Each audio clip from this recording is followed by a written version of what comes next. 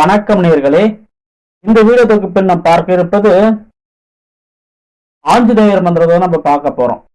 இந்த ஆஞ்சநேயர் மந்திர உபாசனையாகப்பட்டது மிக சிறப்பு வாய்ந்ததுங்க. இந்த ஆஞ்சநேயரை வைத்து செய்ய முடியாத ஒரு காரியங்களே இல்லைங்க அப்படின்னு சொல்லலாம். எந்த ஒரு காரியங்கள்னாலும் இந்த ஹனுமந்தனை வச்சு ஹனுமந்தனோட உபாசனையை வச்சு நம்ம சாதிச்சிடலாங்க. அவன் ஒரு பேய் ஒரு ஒரு யாழ் பள்ளி சூழ்நிலை விளக்கணும், ஒரு பேய் ஓட்டுறது நம்ம போகணும் செய்யணும்னாலே நம்மளோட எல்லைக்கு வர்றதுக்கு முன்னே நம்மளுடைய இடத்துல இருந்து எதனா ஒரு பொருள், அதாவது விபூதியோ அல்லது எலிச்சப்பழமோ எதனா ஒரு பொருட்களை நம்ம மந்திரிச்சு கொடுத்து இதை எடுத்துருப்பாங்க சரியா போய் கொடுத்தாலே அங்க இருக்கக்கூடிய யாவல் விஷயங்களும் சரி, இந்த பேய் பிசாசு காரியங்கள், கந்திரிஷ்டு வம்பல் காரியங்கள் எல்லாமே விலகி போயிடும்.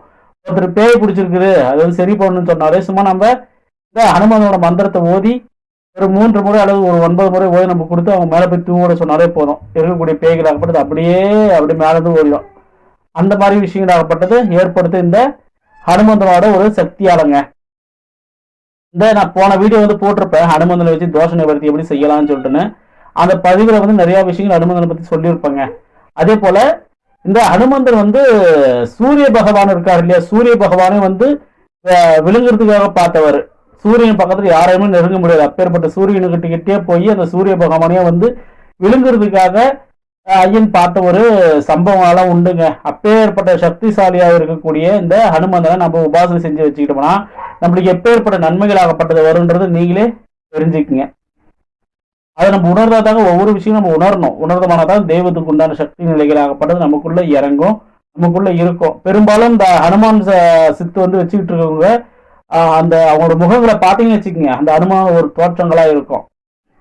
அந்த பகவானுடைய உடல் கட்டமைப்பு எப்படி இருக்கோ அதே போல அவங்க முகமும் சரி உடல் கட்டமைப்பும் சரி ஒரு புஜபல பராக்கிரமத்தோட இருக்கிற மாதிரி நம்மளுக்கு காட்சி தெரியுங்க. இந்த பூஜாரிகள்லாம் பார்த்துக்குங்க, பெரும்பாலும் ஹனுமானை வச்சு வழிபாடு செய்யக்கூடிய ஆலயங்களோ அல்லது உபாசகரோ இல்ல ஒரு சித்து வச்சிருக்கக்கூடியவங்களோ பாருங்க, கூர்ந்து கவனிச்சு பாருங்க. அவங்கள பார்த்தாலே அவரோட தோற்றங்கள் இருக்கக்கூடிய சாயலாகப்பட்டது தெம்போடும் அவங்க கிட்ட. சரிங்களா? அதுக்கடுத்து இந்த விநாயகருக்கு அதாவது ஹனுமானுக்கு என்ன நம்ம ஒரு படையல் காரியங்களை வச்சு நம்ம பண்ணலாம்னாக்க பெரிய ஒரு விஷயம் ஒன்றும் தேவையில்லைங்க. இந்த வடை இருக்கு இல்லையா, உளுத்த வடை, அதுக்கடுத்து இந்த வெற்றிலை மாலை, அதுக்கடுத்து வெண்ணெய், தயிர் சாதம், வாழைப்பழம், மேற்கொண்டு இந்த இளநீர், கொய்யாப்பழம், மாம்பழம், இந்த பல வகைகள் எல்லாமே ஐயன் விருப்பப்பட்டு சாப்பிடுவாருங்க. அதாவது பல வகைகளை வச்சுக்கோங்க. முக்கியமா வெண்ணெய் வச்சுக்கோங்க. வெண்ணெய் வச்சுட்டு செந்தூரம் படையில கொஞ்சம் போல செந்தூரத்தை வச்சுக்கோங்க. சரிங்களா? அதாவது இந்த இவரோட உபாசனைக்கு மஞ்சள், குங்குமம், விபூதி இந்த மாதிரி விஷயங்கள்லாம் படையல் கூட, அதாவது வைக்கக்கூடிய படையல சேர்த்து வச்சிடக்கூடாது. ஒரு சின்ன ஒரு கிண்ணத்துல கொட்டி வச்சுக்கோங்க. அதை நம்ம தான் எடுத்து யூஸ் பண்ண போறோம். அதுக்கடுத்து அவல் பொரி கடலை, ஒரு கொஞ்சம் போல பொங்கல் வச்சுக்கோங்க. பொங்கல் வச்சுக்கிட்டு இனிப்பு பதார்த்தங்கள், லட்டு, ஜாங்கிரி, பூந்தி இந்த மாதிரி விஷயங்கள், அதுக்கடுத்து மைசூர் பாக்கு, பால்கோவா, இன்னும் நம்ம படையில விற்கும் இல்லையா. குழந்தை போலதான் ஹனுமாரும் குழந்தை போலதான் இஷ்டப்பட்டு சாப்பிடுவாப்புல. சரியா? அதனால இந்த மாதிரி குழந்தை சாப்பிடக்கூடிய விஷயங்களாம் எடுத்து வச்சு நீங்க படையில வச்சுக்கோங்க. குறிப்பா வெண்ணெய், அது மீண்டும் மீண்டும் சொல்றேன்னாக்க வெண்ணெய் ரொம்ப ஹனுமானுக்கு உகந்தது. அதனால இந்த வெண்ணெயாகப்படுறது ரொம்ப அவருக்கு பிடிக்கும். சரியா? அதாவது இதே வச்சு படையில வச்சுக்கோங்க. இந்த உபாசனை எப்ப நீங்க ஆரம்பிக்கலாம்னு சொல்லிட்டு போய் கேட்டீங்கன்னா சனிக்கிழமை நாளன்று நீங்க ஆரம்பிக்கலாங்க. இந்த ஹனுமாவோட சித்தி எடுக்கிறது சனிக்கிழமை என்று. தேய்பிறை சனி வருது பார்த்தீங்கன்னா, தேய்பிறை சனி என்று இந்த ஹனுமாவோட சித்தை நீங்க எடுக்க முயற்சி பண்ணுங்க. சனிக்கிழமை அல்லது செவ்வாய்க்கிழமை என்று இந்த ஹனுமாவோட சித்தை எடுக்க பாருங்க. அப்படி இல்லையா, ஹனுமன் ஜெயந்தி வருது பார்த்தீங்களா, ஹனுமன் ஜெயந்தி என்றோ அல்லது ராம ஜெயந்தி என்றோ, இந்த ராம ஜெயந்தி, கிருஷ்ண ஜெயந்தி, இந்த மாதிரி கிருஷ்ணர் இந்த நாட்கள் வருது இல்லையா, அந்த நேர காலங்களை நீங்க இந்த சித்தை எடுக்க பாருங்க.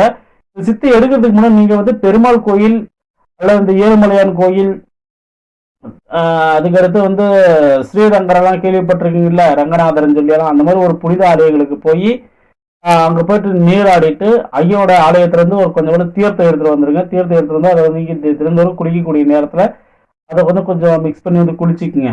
சரியா?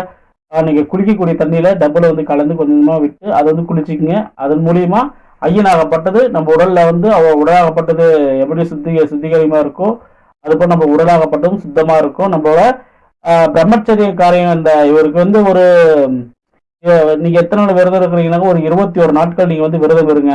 விரதம் இருந்து அதிஷ்டானங்கள் வந்து கடைபிடிக்கிறது 21 நாளும் வந்து பிரம்மச்சாரிய விரதமாகப்பட்டது கடைபிடிக்கக்கூடியது ரொம்ப அவசியம். மனதாலையும் வந்து நினைக்க அந்த எண்ணங்கள், இந்த காம எண்ணங்கள், ஆசைகளை உருவாக தான் செய்யும். அதை கொஞ்சம் நீங்க ஒதுக்கி தள்ளி வச்சுட்டு அந்த காரியங்கள் வராத அளவுக்கு ஏதான ஒரு பாடல்களோ, பக்தி பாடல்கள் தான், சினிமா பாடல்கள்லாம் பாடக்கூடாது, பக்தி பாடல்கள். பக்தி பாடல்கள் அம்மனை பத்தினதோ அல்லது ஐயனாரை பத்தினதோ, கருப்பு சுவாமி பத்தினதோ, அல்ல ஆஞ்சநேயரை பத்தினதோ, ராமரை பத்தினதோ அந்த மாதிரி சொல்லிக்கிட்டு இருங்க. இந்த அனுதினமும் நீங்க இந்த சித்திரம் இருக்கக்கூடியது ஜெய்ராம் ஜெய்ராம், இவர் வந்து ஐயனாகப்பட்டது ராம் ராம் எப்பயுமே வந்து உச்சரிக்கக்கூடிய ஒரு வார்த்தைகள். ஐயன் வந்து எப்பயுமே உச்சரிக்கக்கூடியது நீங்க கேட்டிருப்பீங்க, பார்த்துருப்பீங்க, நிறைய படங்கள் வந்து பார்த்துருப்பீங்க. ஜெய்ராம் ஜெய்ராம் ஜெய்ராம் சொல்லிட்டு தான் இந்த வேடத்தை வந்து தரித்து நடிக்கக்கூடியவர்கள் ஜெய்ராம் ஜெய்ராம் ஸ்ரீராம் சீதாராம் சொல்லிட்டு தான் அந்த நாமத்தை தான் உச்சிக்கிட்டு இருப்பாரு. அதே போல நீங்க விரத காலங்களில் ஜெய்ராம் ஜெய்ராம் ஜெய் ஜெய்ராம் ஜெய்ராம் ஜெய் ஜெய்ராம் சொல்லிட்டுன்னு அந்த நாமங்களை நீங்க உச்சரிச்சுக்கிட்டே இருங்க. அந்த மாதிரி நாமங்களை உச்சரிச்சுக்கிட்டே இருந்தீங்கன்னாக்க அந்த எண்ணங்களாகப்பட்டது உங்களுக்கு வராது. எந்த ஒரு தவறான எண்ணங்களும் தவறான ஒரு செய்கைகளும் உங்களுக்கு தோணாது. இதுதான் ஒரு மந்திரத்துக்கும் ஒரு பெரிய சக்தி குடிக்கக்கூடியது, மந்திரங்களுக்கு மேல ஒரு சக்தி குடிக்கக்கூடிய ஒரு நாமமாகப்பட்டது இதுதான். இதை நீங்க உச்சரிச்சுக்கிட்டாலே போதுங்க. இப்போ இதுக்கு உண்டான மந்திரம் என்னன்னாக்க, இப்போ நான் சொல்றேன் பாருங்க. ஓம் ராம் அனுமந்தா, ஓங்கார அனுமந்தா, ஆங்கார அனுமந்தா, பூங்கார அனுமந்தா, அஞ்சனாதேவி புத்திரா, ஹரிராம தூதா, அகோர வீர அனுமந்தா, அம் இம் ராம் அனுமந்தா, வருக வருகவே வசி வசி ஸ்வாஹா. ஓம் ராம் அனுமந்தா, ஓங்கார அனுமந்தா, ஆங்கார அனுமந்தா, பூங்கார அனுமந்தா, அஞ்சனாதேவி புத்திரா, ஹரிராம தூதா, அகோர வீர அனுமந்தா, அம் இம் ராம் அனுமந்தா, வருக வருகவே வசி வசி ஸ்வாஹா. இது தாங்க இதுக்கு உண்டான மந்திரம். இந்த மந்திரத்தை வந்து 21 நாட்கள் நீங்க விரதம் இருந்து ஒரு நாள் வீதம் காலை 1008 மாலை 1008 போடுங்க. 21 நாள் விரதம் இருந்து 1008 உருக்கள் 1008 உருக்கள் போடுங்க. இது வந்து எந்திரம் இல்லைங்க, சரியா? இது வந்து எந்திரம் கிடையாது. அடுத்த பதிவுல இது உண்டான எந்திரமும் மந்திரமும் வந்து கொடுக்குறேன். இதுக்கு வந்து இன்னொரு முறையாகப்பட்டது இருக்கு. மந்திர முறைகள் வந்து ஒவ்வொருத்தரும் ஒவ்வொரு மந்திரங்கள் வந்து கொஞ்சம் கவர்ந்து இருக்கக்கூடிய மாதிரியா இருக்கும். அந்த காரணத்தினால இதை வந்து எடுத்து நம்ம பண்ணா நம்மளுக்கு வந்து பலன் கொடுக்கின்ற ஒரு மன பாவனைகளாகப்பட்டது ஒரு சில நபர்களுக்கு வந்து அமைஞ்சு போயிடும். ஒவ்வொருத்தரும் ஒவ்வொரு மந்திரங்களாகப்பட்டது பிடிக்கும் இல்லையா? அந்த வகையில் இருக்கக்கூடியதை ஒவ்வொன்றா வந்து ஒரு 2-3 விஷயம் நம்மகிட்ட இருக்குது.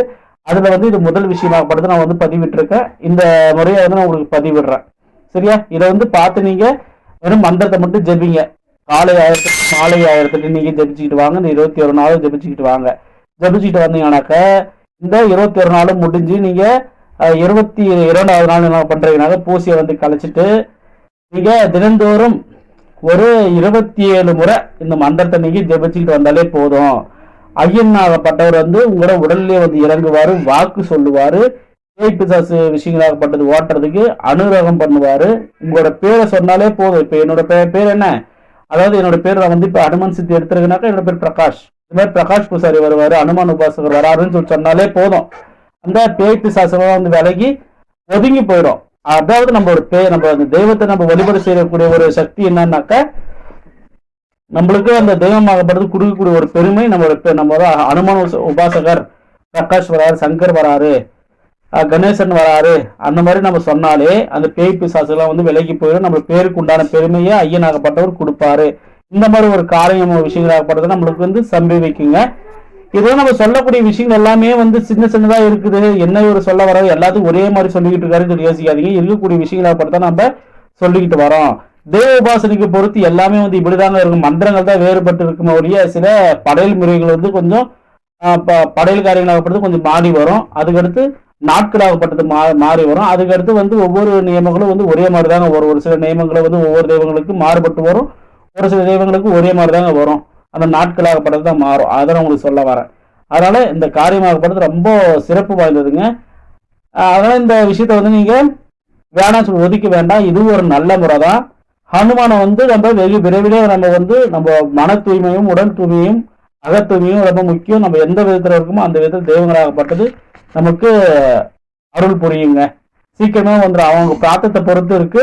இந்த அங்கநியாசம் கரநியாசம்னு சொல்றாங்கல்ல, அந்த மாதிரி விஷயங்கள் நீங்க பண்ணிட்டு இந்த மாதிரி காரியங்களுக்கு நீங்க இந்த பூஜை புனஸ்காரங்களுக்கு வழிபாடுகள் நீங்க உட்கார்ந்து பண்ணீங்கன்னாக்க கண்டிப்பா உங்களுக்கு சித்தி ஆகுங்க. பொதுவா அந்த பிராமணர்களெல்லாம் பார்த்துருக்கீங்கல்ல, பிராமண ஐயர்கள் பிராமணர்களாம் இந்த மாதிரி மந்திரங்கள் வந்து எடுத்து சொன்னாங்கன்னாக்க சும்மா ஒரு 108 முறை அந்த மந்திரத்தை ஜபிச்சாங்கன்னா போதும், மேல வந்து ஐயனாகப்பட்டவர் ஆட்கொண்டு வர அவங்க மேல வந்து உட்கார்ந்து மேல வந்து வந்து அருளாடி குறி சொல்லக்கூடிய வல்லமையாகப்பட்டது ஏற்பட்டுரும் அவங்களுக்கு. ஏன்னா மனமும் வந்து தூய்மையா இருக்கும், உடலும் தூய்மையா இருக்கும். அந்த அளவுக்கு நம்மளும் இருந்தாதான் ஐயோட அருளாகப்பட்டது வெகு விரைவிலே கிடைக்குங்க. நம்ம எந்த எந்த முறையில் இருக்குமோ அந்த முறைகளில் தான் நம்மளுக்கு எல்லாமே அமையும். சரியா?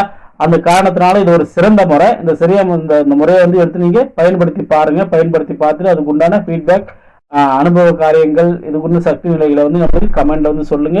அடுத்த பதிவுன்னு அனுமனுக்கு உண்டான மந்திர எந்திரங்களால் நம்ம பதிவிடலாம். இன்னும் குரலுக்கு உண்டானது இருக்கு, இன்னும் அங்காளம்மனுக்கு உண்டான வேற ஒரு பதிவுகள் எல்லாம் இருக்கு.